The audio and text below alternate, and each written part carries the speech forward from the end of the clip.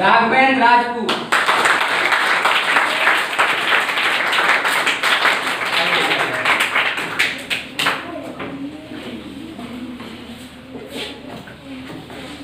Good afternoon sir and good afternoon my brother and sister. Good afternoon. जैसे कि आज जो हमारा रिजल्ट जो हमने जिस प्रकार हमने कार्य किया है उसका आज परिणाम जो हम लोगों को मिला है सबके सामने, जैसे कोई फर्स्ट पर आया है, कोई सेकंड पर, कोई थर्ड पर और कुछ लोग रह गए हैं। तो जो लोग रह गए हैं उन्हें हिम्मत नहीं आनी है। जो लोग आगे कर गए हैं, मतलब एक इस प्रकार जैसे क्लास में 6 बच्चे तो इनकी आपस में रेस होती है। जो व्यक्ति ज़्यादा मेहनत करता है, यानी कि ज़्यादा अच्छे से मेहनत करता है, तो वो उस रेस में अभी आगे चल रहा है। लेकिन आप लोगों को हार नहीं माननी है। जो व्यक्ति रेस तो ऐसी है कि अगर जो व्यक्ति आगे चला हम उसे पीछे भी कर सकते हैं, हमें हिम्मत नहीं आनी है।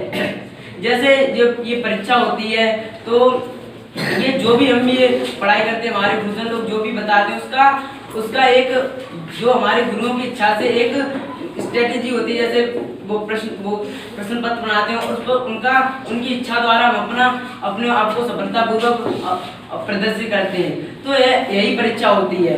गुरुजन लोग हमारी परीक्षा लेते हैं कि हमने जितना भी अपने विद्यार्थी को बताया है कि उस विद्यार्थी ने किस प्रकार ग्रहण किया उस चीज को, इसकी वह परीक्षा होती है। और कुछ लोग इस परीक्षा में मतलब जो गुरुजन लोग जो चाहते हैं वह विद्यार्थी उनको वैसे ही अपनी प्रतिभा प्रकट करता है और कुछ विद्यार्थी रह जाते हैं। लेकिन जो गुरुजन लोग होते हैं वे सभी विद्यार्थी को एक समान शिक्षा देते हैं और कुछ जो विद्यार्थी पीछे रह जाते हैं। लेकिन यह हमको नहीं करना है।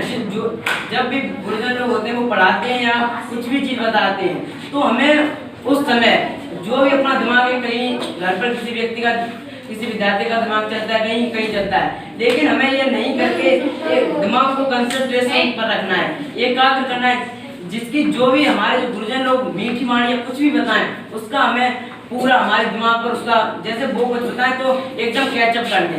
तो ये अगर हम करेंगे तो हम अपने जीवन में हमेशा उच्च पद प्राप्त करेंगे। और गुरुजन लोग जो भी बताते हैं हमें, गुरुजन यानी कि एक गुरुजन जो होते हैं एक अच्छी हमेशा राह दिखाते हैं और हमें जीवन में हमेशा आगे बढ़ने को कहते हैं। देख, और इस पे मैं कहना चाहूँगा गुरुजन और सागर जो होता है दोनों ही बहुत गहरे होते हैं।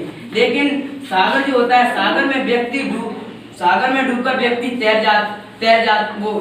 डूबकर व्यक्ति डूब जाता है, लेकिन गुरु में डूबकर व्यक्ति तैर जाता है, यानी कि उसका जीवन सफल हो जाता है। और जो सागर होता है उसमें व्यक्ति उसमें डूब जाता है और गुरु में डूबकर जो व्यक्ति होता है वह अपने जीवन में सफलता हासिल कर लेता है।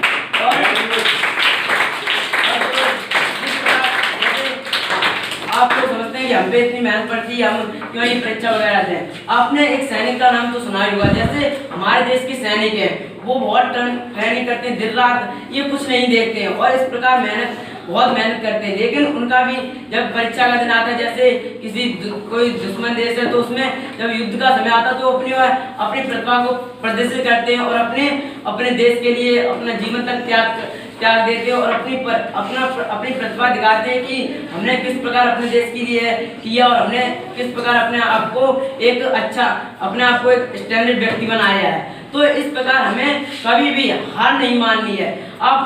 आप लोग जिस प्रकार जैसे मैं फर्स्ट आया हूँ तो आप लोग मेरे लिए ताली बजा रहे हैं, लेकिन मेरे लिए हमेशा नहीं ताली बजनी चाहिए। मैं चाहता हूँ कि हर बार एक नया विद्यार्थी यहाँ पर आए और अपने लिए ताली बजाए। मैं ये संसार को नहीं बदल सकता हूँ जब तक आप लोग मेरी सहायता नहीं करेंगे। और जो भी हमारे गुरुजन लोग हैं, जैसे हमेशा मैं इस पर फर्स्ट आता रहूँगा तो हमारे गुरुजन लोग समझेंगे कि मैं सबको हर एक विद्यार्थी को ज्ञान देता हूँ, लेकिन ये एक ही बच्चा उसको ज्ञान कर रहा है तो इससे गुरुजन लोग होते हैं उन्हें कष्ट होता है। इसलिए हर एक विद्यार्थी को मतलब कि इस बार कोई आया है तो अगली बार जो रिजल्ट आना चाहिए वो बदल कर आना चाहिए, जिससे गुरु को खुशी मिलेगी। मैं जो भी अपने विद्यार्थियों को ज्ञान बांट रहा हूँ वह सब विद्यार्थी ग्रहण कर रहे हैं और अच्छे से अपने जो भी हम ग्रहण करके और अपनी प्रतिभा अच्छे से प्रकट करें, अपने गुरुजन गुरुजन लोगों के सामने, तभी गुरुजन लोग हमसे खुश होंगे और हमें इसी प्रकार पढ़ेंगे, पढ़ाएंगे और देश को बढ़ाएंगे। Thank you. गुरु के प्रति समर्पित बने, डेडिकेटेड बने तो हम जिंदगी में बहुत ऊंचाइयों को पा सकते हैं। ऐसे स्टूडेंट सब बने। एक विशेष बात आई स्पीच में, वो क्या थी, यहाँ नए नए बच्चे आने चाहिए, चेंजों के बच्चे आने चाहिए, ताकि वो बच्चे भी आगे बढ़े। क्योंकि एक व्यक्ति से, एक दीपक से उजाला नहीं हो सकता है। जब सारे दीपक जलेंगे तभी उजाला होगा। आइए, जहाँ अगर एक कैंडल जल जाती है वहाँ अंधेरा हो जाता है, तो हमें सारी कैंडल जलानी है। आप सब कैंडल मोमबत्ती के समान है, आपको अपनी मोमबत्ती को जलाए रखना है और वो ज्ञान का उजाला अपने मन में भरना है। आइए, ऐसे बच्चे के लिए, होना बच्चे के लिए जोरदार ताली बज जाए। आज के बाद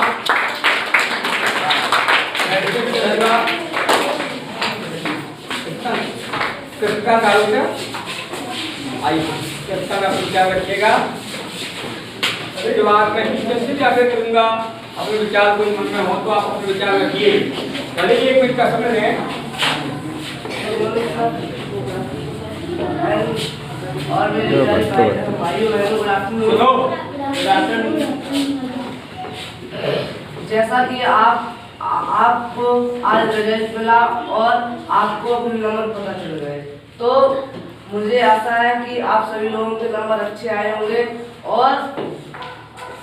और अगली बार मैं चाहता हूँ कि जो फर्स्ट आए और सेकंड आए वो अपनी जगह पर टिके रहने की कोशिश करें, लेकिन जिसके नंबर नहीं आए वो पूरी तरह कोशिश करे और जो उससे आगे है उससे पीछे करने की कोशिश करे और वह हार न माने कि मैं अगर वो लगातार, जैसे एक व्यक्ति होता है अगर लगातार मेहनत करता है और अगर उसे 1 साल 2 साल परिणाम नहीं मिला तो उसे हिम्मत नहीं हारनी चाहिए।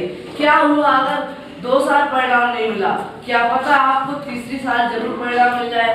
तो अगली बार आपको हिम्मत नहीं हारनी और लगन से मेहनत करनी है, ताकि आप लोग भी अच्छी नंबर ला सके और जो आपके आगे हैं उनसे आगे जा सके। और हमारे जो गुरुजन लोग होते हैं वो हमें अच्छी शिक्षा देते हैं। कुछ मैंने देखा है कि बाहर स्कूलों में या कहीं भी कुछ लोग होते हैं ये समझते हैं कि गुरुजन लोग हमें डांटते हैं, लेकिन वो इसलिए डांटते हैं ताकि आप अच्छे बने और जो कुछ भी आपको नहीं आता उस पर फोकस करें और आप अच्छे बनते हैं। Thank you.